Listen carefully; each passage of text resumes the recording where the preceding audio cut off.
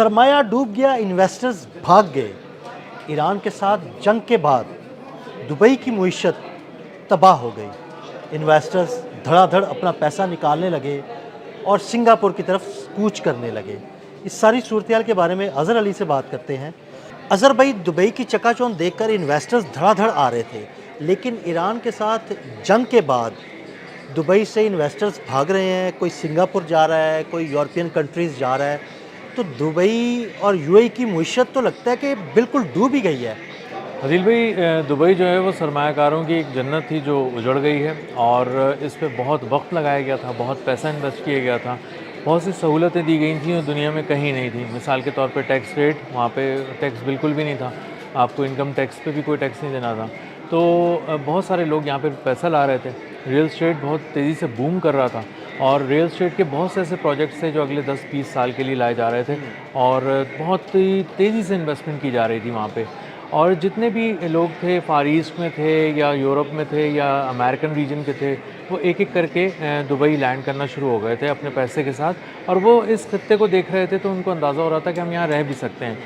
सबसे ज़्यादा महफूज जगह दुबई करार दी जा रही थी, और थी भी, क्योंकि वो बताते थे, लोग वहाँ पे वीडियोस बनाते थे, दुनिया भर के कंटेंट क्रिएटर्स वहाँ पर आ गए थे, और वो अंग्रेज़ी में, उर्दू में, मुख्तलिफ ज़बानों में वीडियोस बनाते थे। जनाब, ये कोई लैपटॉप रख दिया या कोई मोबाइल रख दिया किसी जगह पे, और 10-10 घंटे गुजर गए हैं, किसी ने उस मोबाइल को उठाया नहीं है। यानी इतना महफूज है दुबई, इतना महफूज है दुबई। इंफ्रास्ट्रक्चर पे उन्होंने बहुत ज़्यादा काम किया था। फिर ख़वातीन थी तो वो बताती थी कि रात के इस पहर में जा रही हूँ, मैं अकेली भी यहाँ रहती हूँ तो मुझे कोई परेशानी नहीं होती।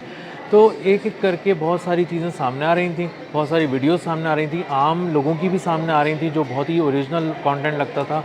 तो यहाँ से अंदाज़ा होता था कि एक आम आदमी, मेरे आप जैसा, और एक अरबपति सरमायाकार सब महफूज हैं, और उनका पैसा भी महफूज है। इसीलिए दुबई बहुत तेज़ी से बूम हमने देखा कि पैसा पिछले महफूज है, मोबाइल महफूज है, स्नैचिंग नहीं है, मर्डर नहीं है, किसी किस्म की धोखाधड़ी नहीं है। इस तरह की चीज़ें थी तो लोग समझते थे यार बड़ी महफूज जगह है। जी, ऐसा ही है। लेकिन जब उन्होंने एक ज़ोरदार धमाका सुना, फिर दूसरा ज़ोरदार धमाका सुना, और फिर 2200 ड्रोन एक के बाद एक पहुंचने लगे इस पूरे कॉन्फ्लिक्ट में ईरान के, तो उन्हें अंदाज़ा हुआ कि दुबई कैसे इस तरह से हो गया, आ गया इसके अंदर पूरी वॉर में। तो अंदाज़ा हुआ कि अमेरिका यहाँ से ऑपरेट कर रहा है और यहीं से ईरान पे हमले कर रहा है। तो यूएई का पूरा जवाबी हमले यूएई पे कर रहा है। अब इसमें हो ये रहा है कि जो बहुत ज़्यादा इन्वेस्टर्स हैं, जो इन्वेस्टमेंट को मैनेज कर रहे थे, बेसिकली फंड मैनेजर्स थे, उनके साथ इंडिपेंडेंट ने एक स्टोरी की है, एक बरतानवी जरीदे ने, और उन्होंने उसको बताया है कि जिसके पास $50 मिलियन थे ना, उसके तो लाइन लगी हुई है हमारे पास, और सिंगापुर जा रहा है पैसा, हांगकॉन्ग जा रहा है, और स्विस बैंकों में मुंतकिल हो रहा है। जी, $50 मिलियन वाले का तो मसला ही कोई नहीं, वो तो लाइन में लगे हुए हैं। 20-20 इन्वेस्टर्स हैं, उनमें से 7 ऐसे हैं जो कह रहे हैं आज ही ट्रांसफ़र कर दो पैसा, इतना तेज़ी से उनको निकालना है। जल्दी से वो निकल रहे हैं कि पलक झपकते ही जिसे कह लें कि पैसा ट्रांसफ़र करें और हम निकल जाएं, हम निकल जाएं। इन्वेस्टर्स बहुत समझदार होता है एक इन्वेस्टर जो होता है, और इन्वेस्टर सारे बहुत समझदार थे जो वहाँ पे गए। कमाने के लिए तो पैसा इन्वेस्ट करता है, बिल्कुल ऐसे ही है, और के लिए थोड़ी इन्वेस्ट करता है। बिल्कुल, और वो दूर तक देखता भी है। तो वो जब इसका पोर्टफोलियो चेक कर रहा था तो वो कॉन्फिडेंट था, लेकिन जब उसने आउटलुक देखना शुरू किया मिडल ईस्ट का, तो उसको अंदाज़ा हुआ कि ये जंग अगर थोड़ी थम भी जाएगी तो आने वाले दिनों में ये बढ़ती चली जाएगी, क्योंकि बहुत से ऐसे मामलात आपस में इनके चल रहे हैं जो हम आगे डिस्कस भी करेंगे, कि जिसके बाद आप यहाँ पे एक तवील मुद्दती सरमायाकारी जो है ना, वो रिस्क है। ये नहीं कि नहीं करनी चाहिए, लेकिन रिस्क है, और हाई रिस्क की सबसे बड़ी वजह यह है कि अभी रिसेंटली इसराइल ने अपना एक डिफेंस सिस्टम यूएई को दिया है। अगर इसराइल ने डिफेंस सिस्टम अपना यूएई को दे दिया है और अपने फ़ौजी भी वहाँ पर तैनात कर दिए हैं, तो ये खित्ते में ईरान यूएई जंग कभी ना कभी फिर दोबारा भड़क सकती है, फिर दोबारा जंग हो सकती है, या ये खेल जो है ना वो ये जारी रह सकता है मुस्तकिल। इसराइल देखें, इसराइल क्या कह रहा है और नेतन्याहू क्या कह रहा है। वो कह रहा है कि क्रिश्चियनिटी भी हमारे लिए ख़तरा है और इस्लाम भी हमारे लिए ख़तरा है। वो वहाँ पे भी तौहीन मज़हब करते फिरते हैं, और यहाँ पे भी जो है वो चोट पहुँचाते रहते हैं मुसलमानों को। तो वो कह रहे हैं कि अब ये सब जब निमट जाएगा ना तो हम तुर्की जाएंगे और तुर्किया का मामला कहेंगे। इसका मतलब ये है कि वो बहुत लंबे मूड के लिए तैयार हुआ है। वो तकरीबन 119 अरब डॉलर की सरमायाकारी कर रहा है दिफाई निज़ाम में इसराइल, और 119 अरब डॉलर की सरमायाकारी अगले 10 साल के लिए कर रहा है, जिसमें से 200 मिलियन डॉलर तो उसने अभी निकाल के दे दिए हैं कि इसमें मुझे म्यूनिशंस ला के दो और ड्रोन्स वगैरह ला के दो। इसका मतलब ये है कि लबनान, ईरान और फ़लस्तीन ये गर्म महाज़ होंगे और तुर्किया को ललकारा जाएगा या किसी तरह घसीट के लाने की कोशिश की जाएगी। इसका मतलब ये है कि इसराइल के पड़ोसी से लेके और तुर्किया तक, यूरोप के दरवाज़े तक एक जंग है जो कभी भी छिड़ सकती है। इसका मतलब ये है कि दरमियान में जो खलीजी ममालिक आ रहे हैं, ये एक लॉन्ग टर्म इन्वेस्टमेंट के लिए सेफ़ जगह नहीं है और यहाँ से पैसा निकाला जाना चाहिए और जाना चाहिए यहाँ से। इसीलिए हम देख रहे हैं कि वहाँ रियल एस्टेट में जो सरमायाकारी हो रही थी बहुत तेज़ी से हो रही थी और बहुत से मुनासिब जो थोड़ा अपर मिडिल क्लास के लोग हैं वो भी इसमें जाना चाह रहे थे। सबको ब्रेक लग गया है, तमाम प्रोजेक्ट्स वहाँ पे रुके हुए हैं और जो उनकी फॉरेन इन्वेस्टमेंट वहाँ पे आ रही थी इस सेक्टर के अंदर वो बहुत बुरी लेकिन तरह। अज़हर भाई, इसी चीज़ को मद्देनज़र रखते हुए यूएई ने अभी 2 दिन पहले एक ऑफ़र भी दिया है कि जी जो यहाँ पर प्रॉपर्टी ख़रीदेगा उसे 2 साल का वीज़ा हम देंगे। यानी उनको इस चीज़ का इदराक हो गया है कि बड़ी तेज़ी से इन्वेस्टमेंट यहाँ से निकल रही है, तो हम उस इन्वेस्टमेंट को या रोकें या नई इन्वेस्टमेंट लेके आएं, तभी ये ऑफ़र की गई है। जी, ऐसा ही है, लेकिन असल में उस ऑफ़र पे अभी तक कोई बहुत कान नहीं धरा लोगों ने, क्योंकि लोग अभी देख रहे हैं आउटलुक, दूर का वो। तो वो दूर की तस्वीर जब उसकी पोर्ट्रे करना चाह रहे हैं ना, तो उनको अंदाज़ा हो रहा है कि जो मशरिक़ वस्ता है ना, वो अभी है आग की लपेट में।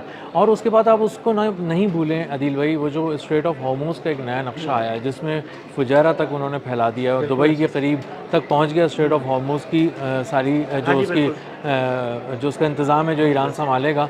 तो अब अंदाज़ा होता है कि पर्शियन गल्फ स्ट्रेट अथॉरिटी जो उन्होंने बनाई है उसमें दुबई भी तकरीबन आ गया है। तो अब वहाँ से निकलने वाले जहाज़ भी इतनी आसानी से नहीं निकलेंगे तो इनसे इजाज़त लेके इनको पे करके निकलेंगे। पे नहीं करेंगे तो निकल नहीं पाएंगे और ट्रेड नहीं हो पाएगी। फिर टेंशन होगी। फिर अगर किसी जहाज़ पे हमला हो जाता है तो इसका मतलब ये है कि फिर यूएई क्या करेगा, और यूएई के अंदर आके बैठ गया इसराइल अपने फ़ौजी भी ले आया है और अपने जो जदीद लेज़र डोम समेत जितने भी आयरन डोम और सिस्टम्स हैं, मल्टी लेयर डिफेंस सिस्टम, वो ले आया है। यानी वो आ गया तो वो शरारत करता रहेगा, ईरान को छेड़ता रहेगा, अपनी ज़मीन को ठीक रखेगा, दुबई की ज़मीन से छेड़ता रहेगा और उसकी वजह से होगा ये कि ईरान को जब कभी हमला करना होगा दुबई पे करना होगा।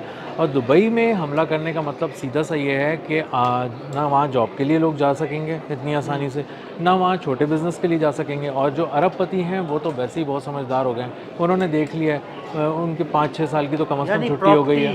बिजनेस और हत्ता के टूरिज्म का हब समझा जा रहा था। जी, ऐसा ही है। तबाह हो जाएगा ये तो। बिल्कुल ऐसा ही है।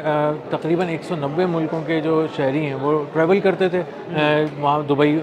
फ़्लाइट्स उतर रही होती थी, जा रही होती थी। एयरपोर्ट भी उन्होंने इसीलिए बनाया था, इतना बड़ा एयरपोर्ट बनाया उन्होंने, दुनिया का सबसे बड़ा एयरपोर्ट। जी, और इतना एक्सटेंड करते चले गए उसको सिर्फ इसलिए कि वो पूरी दुनिया को यहाँ समेटना चाहते थे। दुनिया के सारे बड़े जो कॉरपोरेट हाउसेज़ हैं उनके हेड ऑफिसेज़ वो दुबई में लाना चाहते थे। वो समझते थे कि अमेरिका, कनाडा और यूरोप के जो अच्छे डेस्टिनेशंस हैं वहाँ से भी सारे जो उनके ऑफिसेज़ हैं वो भी उठा के यहाँ लाए जाएँ, जो सरमायाकारी है वो भी यहाँ लाई जाए। और आईटी इंडस्ट्री का भी इवन हब बनता जा रहा था। जी, ऐसा ही है, क्योंकि दुनिया भर में 2 ही जगह इन्वेस्टमेंट हो रही थी आईटी की। आईटी में, आर्टिफिशियल इंटेलिजेंस में वो हो रही थी अमेरिका में, या तो वो अमेरिका के अंदर की जा रही थी या फिर वो हो रही थी अबू धाबी में, और उसको एआई जो है वो पूरा एक हब बनाया जा रहा था। लेकिन उसमें 30 अरब डॉलर की सरमायाकारी जो है वो उसके साथ एक प्लान ला रहे थे। लेकिन अब हो ये रहा है कि चीज़ें अब सिमटेंगी। अब जब सिमटेंगी तो अंदाज़ा होगा कि इतनी बड़ी सरमायाकारी आप जिस मकाम पे कर रहे थे वो अगर गैर महफूज है और वहाँ आप बहुत फ्रीक्वेंट ट्रैवलिंग नहीं कर सकते और आप बिल्कुल जब दिल चाहा आप पासपोर्ट उठा के वहाँ ट्रैवल नहीं कर सकते। आपको देखना पड़ेगा एक दफ़ा न्यूज़ को देखना पड़ेगा हालात हैं या नहीं है, हमला तो नहीं किया, कोई बम तो नहीं गिर गया, कोई मिसाइल हमला तो नहीं हो गया। जी बिल्कुल ऐसा ही है। तो वो देखे बगैर आप वहाँ नहीं जा सकते। जब आप वहाँ नहीं जा सकते, इतनी आसानी से ट्रैवल नहीं कर सकते, तो इसका मतलब ये है कि आपको वहाँ पे पैसे भी बहुत सोच समझ के लगाने चाहिए। फिर लोग ये देख रहे हैं कि वहाँ अमेरिका अगर मुस्तकिल मौजूद रहता है तो इसका मतलब है कि ईरान ने कहा है कि मशरिक़ वस्ता से अपनी तमाम बेसिस हटाओ, ख़त्म करो और यहाँ से लपेटो अपना जो भी बोरिया बिस्तर है और जाओ यहाँ से। अगर वो नहीं जा रहा तो फिर एक प्रॉब्लम है, और अगर वो ख़ुद ना जाने के बाद इसराइल को भी इनवाइट कर लेता है with all the multi layer defence systems, तो ये एक और बहुत बड़ा जो एक सवालिया निशान है। और दुबई जो है अब मुस्तकिल दबाव में है और सरमायाकार जो हैं उन्होंने स्विस बैंक्स में चले गए हैं, जो बड़े सरमायाकार थे, जो अरबों डॉलर वाले थे, यानी वो यूरोप की तरफ चले गए, वहाँ चले गए।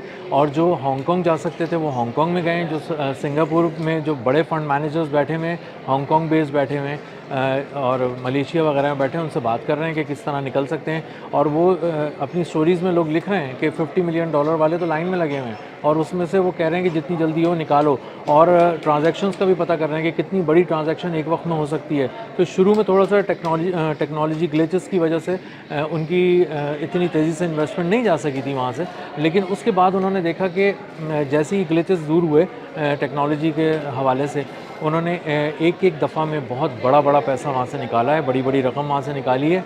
और अब चूँकि रकम मुख्तलिफ सेक्टर से निकल रही है, तो इंफ्रास्ट्रक्चर में जो उन्होंने पैसा लगाया था वो थोड़ा सा ख़राब होता हुआ हमें नज़र आ रहा है, उसका आउटलुक। इसके साथ साथ हमें रियल एस्टेट को बहुत ज़ोरदार धचका नज़र आ रहा है।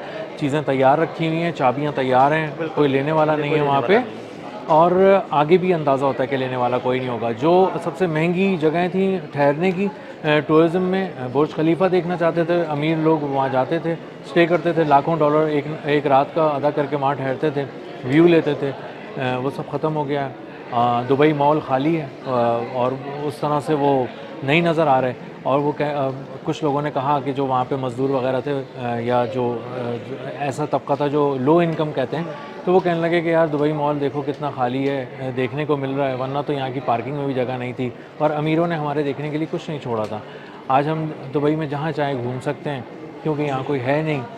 सारे जो उनके बहुत बड़े पाम जुमेरा वगैरह जो था, वहाँ पे उन्होंने इस तरह के जो दुबई हिल वीरानी है वहाँ पे भी। दुबई हिल के प्रोजेक्ट थे, उसको बहुत तेज़ी से बेचना चाहते थे, वो नहीं अब उनको लोग मिल रहे, क्योंकि वो प्रोजेक्ट्स ही इतने बड़े हैं कि वहाँ सिवाय अरबपतियों के जो डॉलर टर्म्स में हैं, उसके अलावा वहाँ कोई नहीं आ सकता, और वहाँ कोई इतनी आसानी से ख़रीद नहीं सकता वहाँ चीज़ें।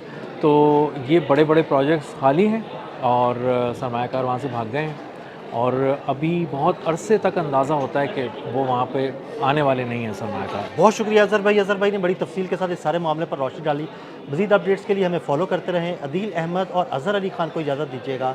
अल्लाह हाफ़िज़।